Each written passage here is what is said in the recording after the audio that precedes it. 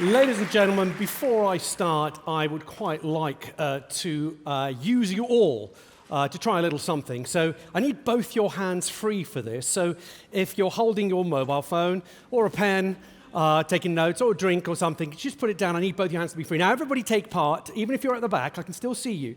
So hold your hands out in front of you like this. I appreciate you might be holding them outside the ears of the person sitting in front of you. This might get a little tricky. Twist your wrists so your palms are facing outwards. Good. Now put your right hand over your left. This is where we get to find out who knows their right from their left. Always a couple of people readjusting. Clasp your fingers together and point your thumbs to the floor. Just like this lady's doing right here. Excellent work. Now, there's about 1,000 of you in here, so this should be interesting. If you can't do what I'm about to do, you all owe me €1. Now, euro being roughly equal to £1 with the dreadful state of Brexit, I should do well in this back in the UK. So, 3, 2, 1, twist your wrists so your thumbs are pointing to the ceiling. No? No one? Who says crime doesn't pay, eh? It's all right, you can put your hands down. Don't break anything, it's fine. Ladies and gentlemen, my name is Alexis Conran, and as Stefan mentioned earlier, all of today, we have been looking at the superpowers. And when I say superpowers, we all think of Superman, we think of the good guys. I'm going to talk to you about the bad guys. And I think there's a lot we can learn by studying their superpowers, because their superpowers are pretty damn cool. I'm going to talk to you specifically about the superpowers of the Conman. What do I mean by Conman? Non-violent criminals, grifters, hustlers, scam artists. And what is their superpower? Well, their superpower is that using the right words, asking the right questions, and putting people in the right situation, they get those people to do exactly as they're told. Pretty cool superpower, you must agree. People have been known to hand over cash, cars, houses, credit card details, bank details. Their entire life savings, or their life savings of their corporations, have gone to scrupulous conmen using the superpowers we are about to talk of. Now, I've spent 20 years of my life as a professional deceiver. In fact, people may argue even more than that because I started off as an actor, still deceiving. Then I became a magician, very much deceiving. And then I did a show on the BBC called The Real Hustle. We did over 100 episodes. It was sold all over the world. And I wrote and performed, along with my co-stars, over 500 scams and scammed people all over Europe and America. And that has taught me a few things. Number one, magic is exactly the same as sales. It's exactly the same as scams. And it's exactly the same as politics. They're all in one big bucket, folks. Why? Because it all boils down to the same thing. What are they selling? They're selling a story. It's a story and a narrative that they want you to buy into. Now, I'm not saying they're all crooked. I'm not saying they're all criminals. But they're all trying to do the same thing. They're trying to sell you on a story to get you to buy into their narrative. The second thing I found out is that the good politicians, the good magicians, the good salespeople, and the great conmen have all got one thing in common. They know us better than we know ourselves. Now, I'm going to tell you a little story. This happened early on in my magic career, and I learned something very, very interesting. I was hired to do a wedding. And I brought my deck of cards to do this wedding. Now, I have to tell you, it was very, very early on in my career, and I was very, very impressed by the amount of money that I was being paid. So I was a little bit nervous, and I wanted to do a good job. Now, traditionally in these things, you go around, you do card tricks, you do all sorts of other tricks involving things that a grown man shouldn't really be seen with, like sponge balls and giant cards and chains and all sorts of paraphernalia.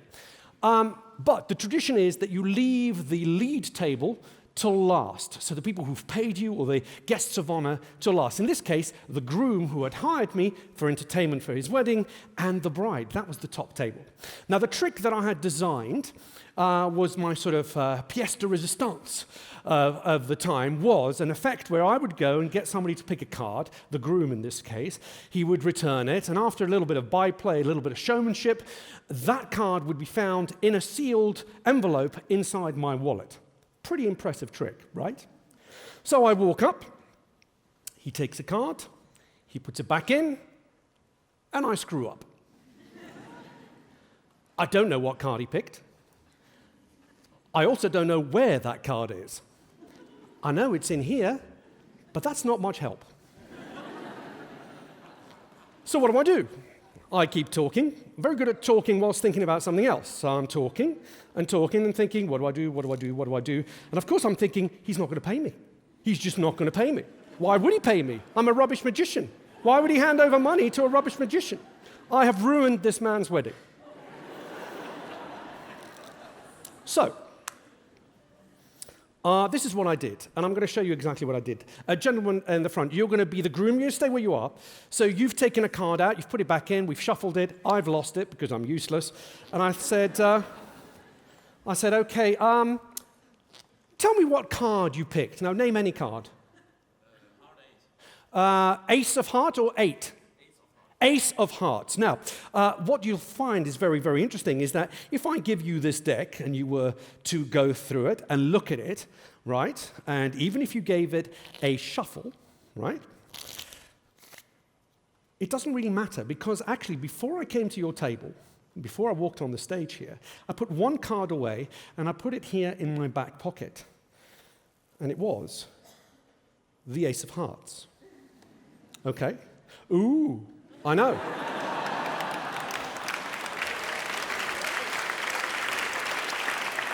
Stop the clapping. I do it for cash. It's much better.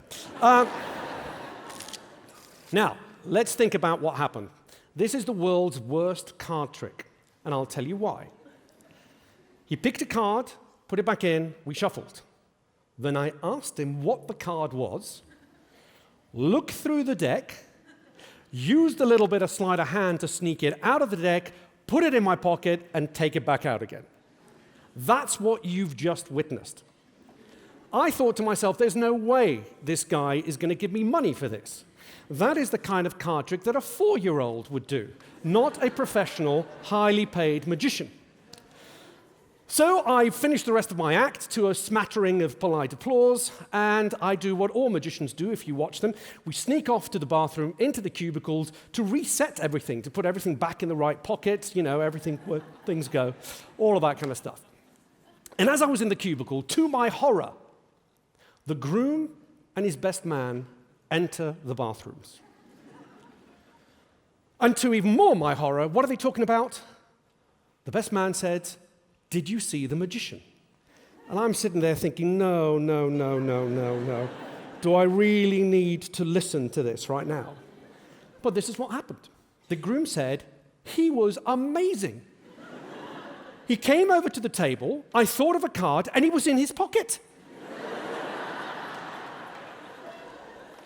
And that taught me 2 things. Number 1, for anybody who performs or who's on stage, speaking, doing magic, whatever, never tell an audience what you are about to do. Had I walked up to that table and said, the card that you're thinking of will be in a sealed envelope in my wallet, I would have been toast. Because that was never going to happen.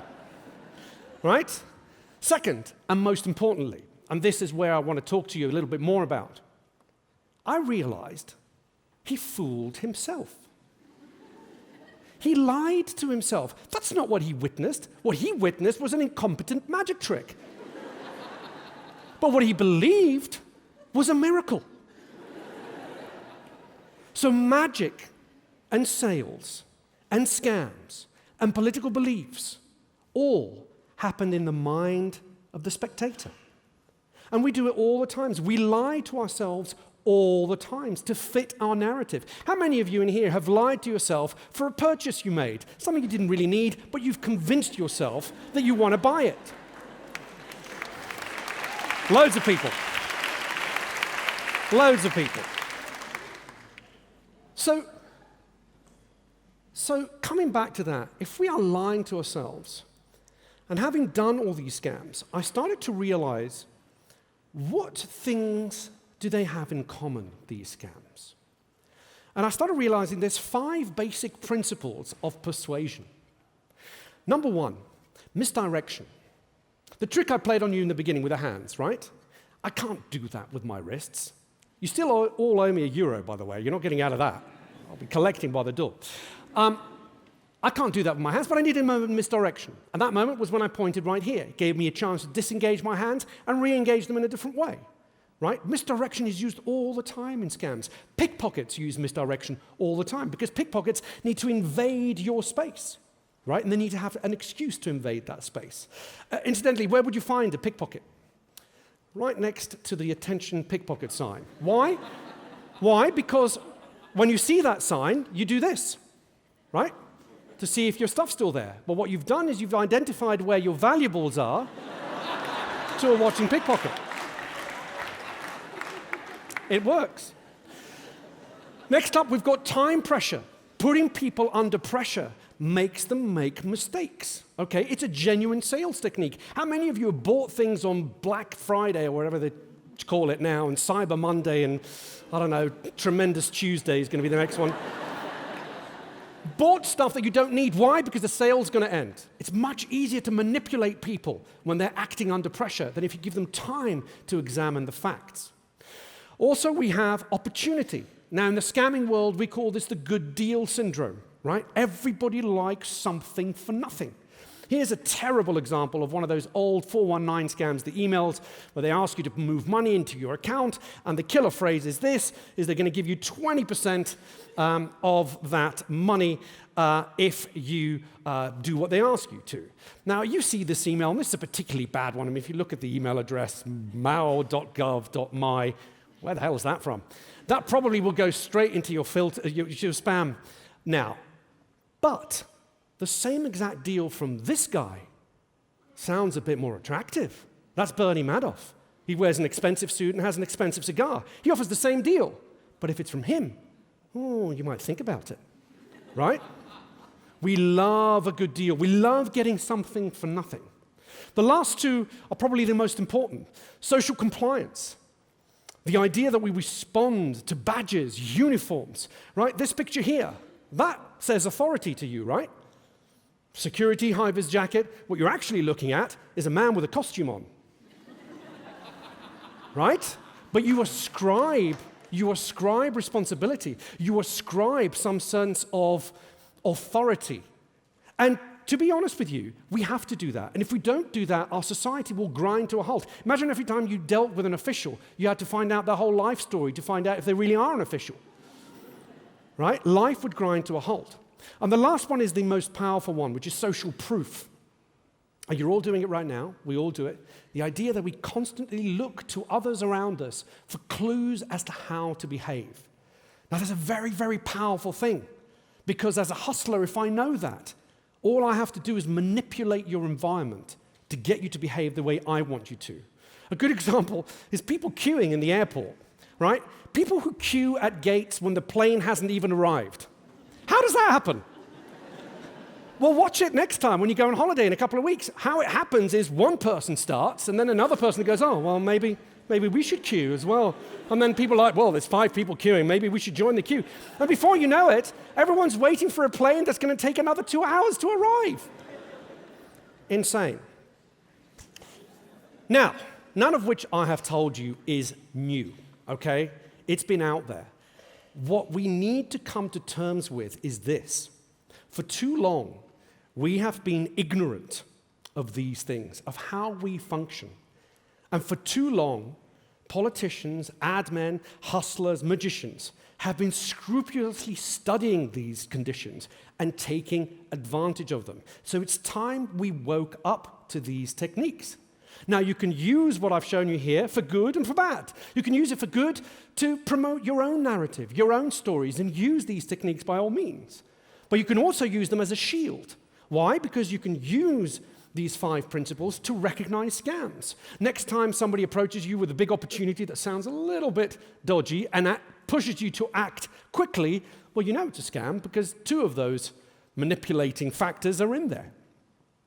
But the thing we need to do is we need to arm ourselves with knowledge. We need to start understanding what we use, how we use it, and what the vulnerabilities are. Everybody in this room has got a smartphone, but none of us really know how they work. And more importantly, none of us know the vulnerabilities. Now, let's take a very simple example, simpler than a smartphone, okay? These locks, do you recognize these? These mechanical push-button locks, okay? Who's used one of these? Put your hand up. Pretty much everyone, right? Now, they're very, very good locks. They don't require any power. You can change the code hourly, or whatever, every minute if you like. You give the code out. It's for a transient workforce. You can change it whenever you like. People don't need a key. People don't need anything. The code usually works like this. You push C, and then you put a 4-digit code, and the door will open. But they have a vulnerability. These locks can be broken in 2 minutes using a UV pen, right? You go up to the lock. You put your UV ink all over the buttons. UV ink is invisible, so no one can see it. You wait for a couple of minutes until the lock is used once or twice. You go back with your UV light, and you find out which buttons have not got pen anymore because they've been used. Now, the more astute of you in this audience will say, yes, but you know the 4 digits that have been used, but you don't know the order. And this is where the vulnerability is. The order doesn't matter. If the code is 1234 and you enter 4321, the door will open. Any combination of that 4-digit code will open this door. Now, I am not saying that these are terrible locks. They're very, very good locks. But now that I know their vulnerability, I use mine for my garden shed rather than an important room. So that's what we can do, arm ourselves with knowledge and facts when it comes to technical stuff, for example. But also, when it comes to social media and news and politics, there is more that we should be doing. And I agree with earlier speakers here that we need to become a little bit more responsible and realize when we are being manipulated. A good friend told me, because I now do a radio show and I talk a lot about politics, a lot about Brexit, God help me. And he said to me, be careful. When you read headlines and news, be careful when you feel emotionally moved by the headline. And be even more careful when you agree with the headline, when the headline makes you happy. Because that's when you need to watch out. So I'll give you a couple of quick examples. This we saw during the Brexit referendum from Vote Leave. Turkey's joining the EU, and 76 million people are all going to come to the UK or join the EU. A blatant lie, but a blatant piece of misdirection. That had nothing to do with the vote. But you're misdirecting people to vote for something that will harm them, right? And a perfect good use of misdirection. And of course, social compliance and social proof come into it. Social compliance is because it's from a reputable site. Vote Leave was the official campaign, and it's on Facebook. A lot of people mistakenly trust what they read on Facebook, right? And it's getting thousands of likes, so social compliance, millions of people share it. Well, if they shared it, it must be true. All of the things we talked about, all of those superpowers come together in that one poster. Last one, this. Remember this one? Just before the Trump election. Now, if you happen to be a Catholic and a Trump fan, this is great news, right? But again, it's a piece of fake news. So we need to use our superpower, and that superpower is knowledge. And we need to start learning how to use it and use the tech we have available to know how to share it. Thank you very much for your time. Thank you.